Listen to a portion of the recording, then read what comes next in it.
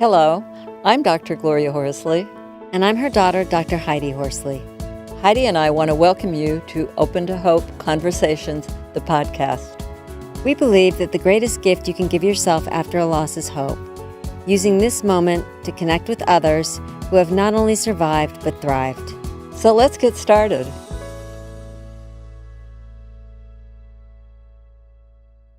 Welcome to the Open to Hope Show. I'm your host, Dr. Gloria Horsley, with my daughter and co-host, Dr. Heidi Horsley.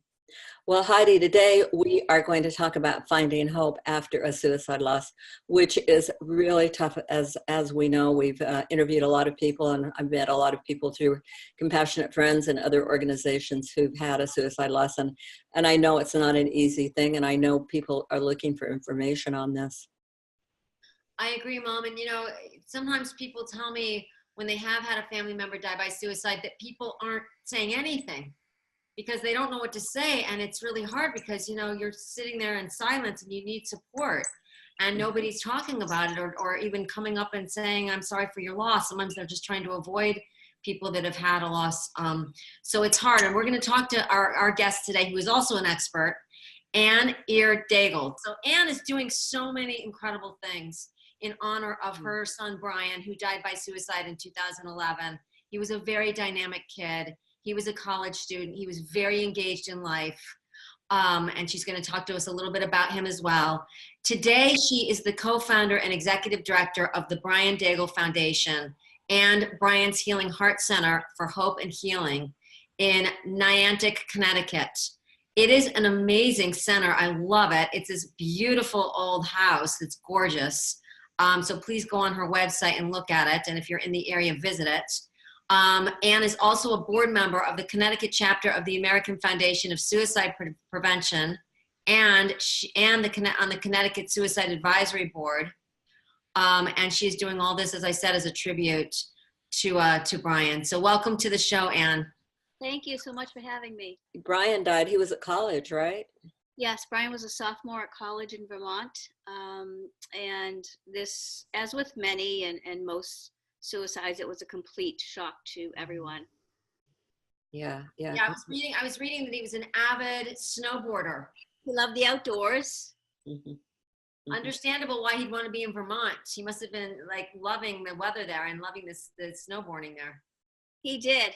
Actually, his freshman year, I think he skied Killington 50 times. Wow. So he loved being outdoors. He loved the mountains, and he always assured me that that was his safe place in Vermont. The school was amazing. It was really good as far as supporting us. They brought buses of students down to Brian's services. Oh my goodness. And the deans came along with them. So, and they also had two services up at his school. And so they did, they were very supportive. I know it's been 7 years, 7.5 almost for us now. So much has happened now in the world of suicide and breaking down some barriers and beginning to talk about it. So I'm hoping that other schools would do at least what Brian's school did, if not more. Brian was at Castleton State College in Vermont. And Vermont has one of the higher suicide rates in the States. Wow. Is that because of the weather or no? Or does that have nothing to do with it? Usually it's, with the loss to suicide, there's a multitude of factors that go into it. Yeah. It's never, we usually don't have one reason why somebody will die by suicide. I always call it a perfect storm. Mm-hmm. Because there's life events upon life events upon life events that happen, and people who die by suicide, it's been known that at least 90% of them have either a diagnosed or undiagnosed mental illness. Mm-hmm. Well, I did a study with the families that had someone die in 9/11, and what we found in our research, it was through Columbia, is that if people had more than 3 major life stressors at the same time, like you said, Anne, that was the perfect storm, and they got into a major crisis at that point. Absolutely, yes. There's a lot of variables oftentimes. We do a group. I've had a group. One of the first groups I did was a survivor of suicide loss support group. And the majority of people we have in there have lost children, sadly. Although we do have people come through who have lost spouses. We have some who have come through who also lost siblings. But the majority of people that I see right now has been who lost a child, whether it's a teenager or young adult or an adult child.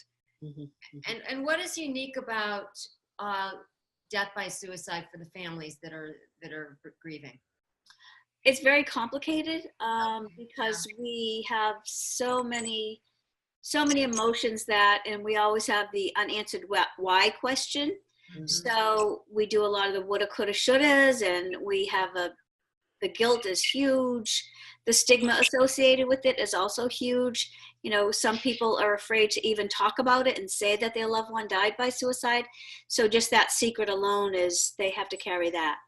And I was thinking, one of the hard things would be that some people will never ever find out the why. They don't. And so it takes a long time to come to a place where you're understanding that will never happen.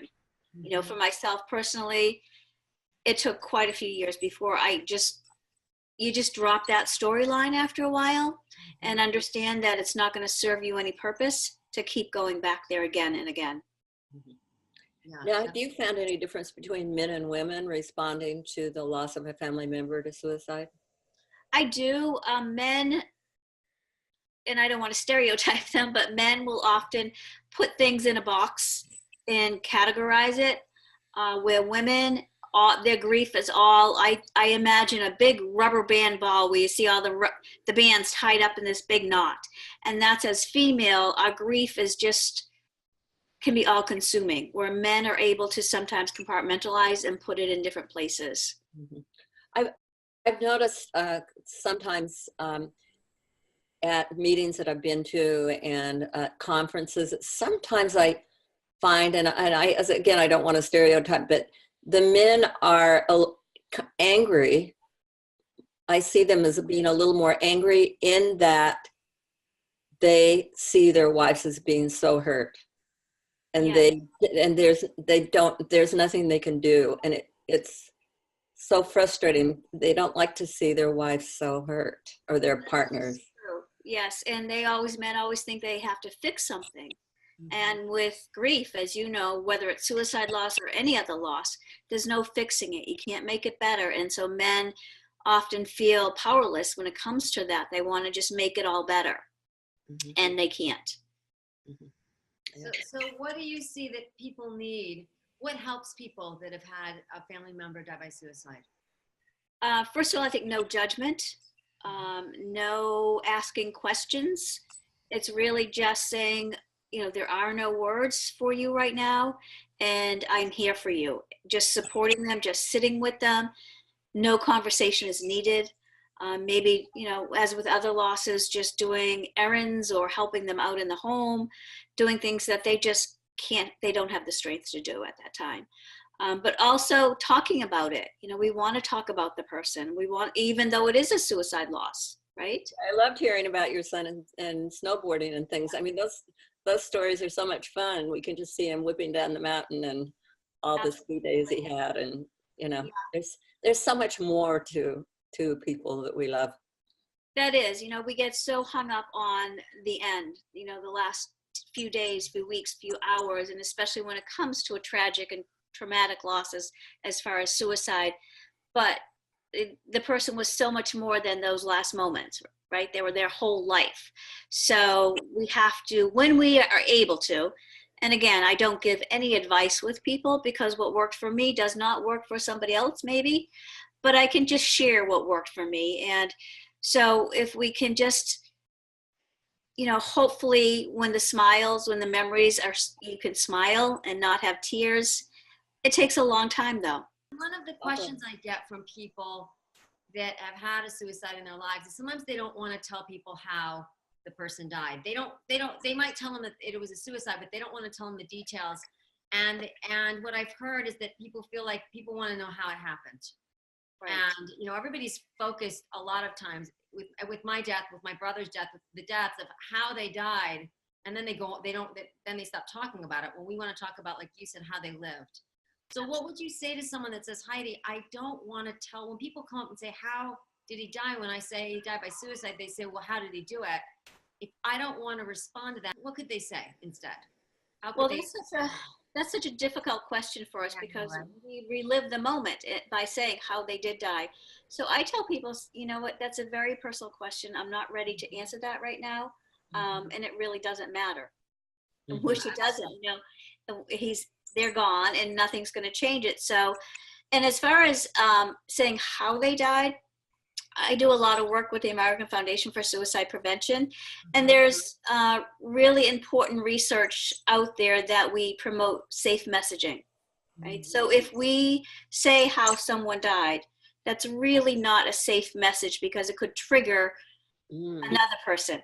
So we try and avoid that as much as possible. And at any point, if a journalist asks us, we absolutely do not answer that question. So if you're in a group, many times people will say how their loved one died. So, but they're in a safe environment where they can be supported.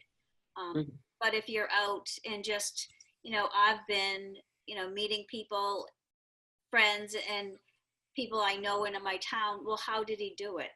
And to me, that's almost just a knife in my heart when they ask that, when I'm not in a safe environment to answer that. I'm feeling very vulnerable and very scared. Mhm.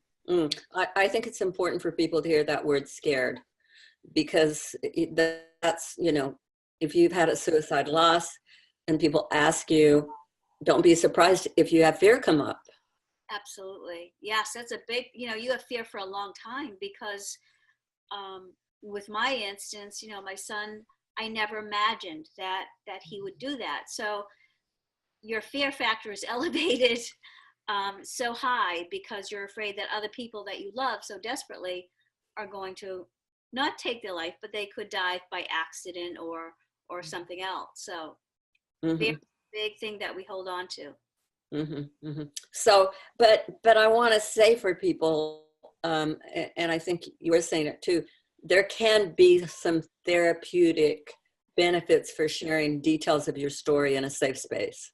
Absolutely. And you're right, because we do need to process it. And how do we process it? Is by telling our story and telling our story over and over and over again. So I know that's how I did it, and I needed time to process it. And the same with all the other emotions that we're feeling, the guilt. I needed to feel that guilt, and I processed it until no longer I felt it was, again, serving me any purpose. Where do you see people getting stuck, as it were? I mean, I've had people call me 6 years after a loss and say, help, I feel stuck. And they do. I mean, they will approach you and say, I'm stuck. What do you suggest? You don't want to release your loved one, right? I think sometimes with me, when I held on to that pain, it was my connection to Brian. In a strange way, I was tethered to him through my grief. And I felt if I let go of that grief and that pain, that I would be letting go of him. So, I try to encourage people to learn that love doesn't die, that they are still with us, and that our love can grow, believe it or not. I never thought that. But now I know that my love for my son continues forever and ever and gets stronger, actually. Yeah, Heidi, you always talk about the memories, right? Yes, and I think you're making a good point, Anne, because you're still connected to him, but you're not connected through the pain anymore. Now you're connected through the love. And he was positive, and he was larger than life, and he lived life to its fullest. And so the connection is when you're connected at that level. The pain is being connected at the moment of the way that they die at their death. Yeah. I used to connect with my brother through the pain as well, and I realized I'm connecting to him around the way he died, not around the way he lived. Yeah. So I love that idea. It's so important for us to find a new way to connect. And I think initially it's really hard because we want them in the room physically with us. We don't want a continuing bond, but we have to finally, like you said, let go and go into the next chapter and figure out a way to still stay connected in a different way.